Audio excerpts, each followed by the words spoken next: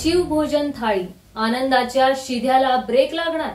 लाडकी बहिणीचा खर्च तिजोरीतील खडखडाट। राज्य शासनाने नेमका काय निर्णय घेतलाय आणि कशासाठी? चला तर जाणून घेऊयात सविस्तर माहिती। नमस्कार, मी अमृता। इनसाइड स्टोरीवर आपलं स्वागत आहे।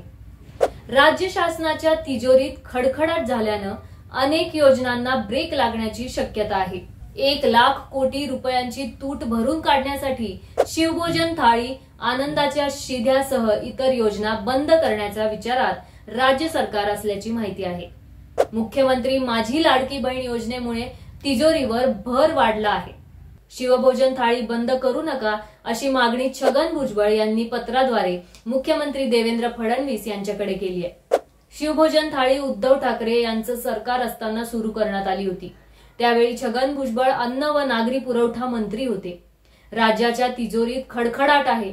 2 लाख कोटीहून अधिक तूट आहे। त्यामुळे 1 लाख कोटींची तूट भरून काढली तर गाडा सुरळीत चालू शकतो, असं अर्थमंत्र्यांचं म्हणणं आहे।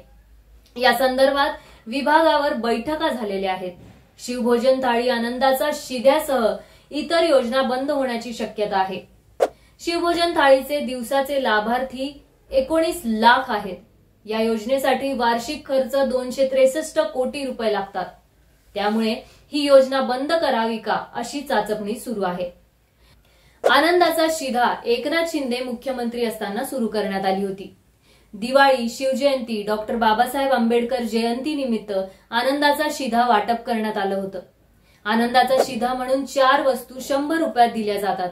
बाजारात याची किंमत 500 रुपये इतकी आहे। त्यामुळे उरलेली रक्कम राज्य सरकार आपल्या अनुदानातून भरत होतं। दोन्ही योजना बंद करण्याची वेळ येते की काय अशी चर्चा चालू आहे। अर्थमंत्र्यांनी काही आढावा बैठका घेतलेल्या आहेत। त्यामध्ये दोन्ही योजना बंद करायच्या का अशी चर्चा झाल्याचं सूत्रांनी सांगितलं आहे।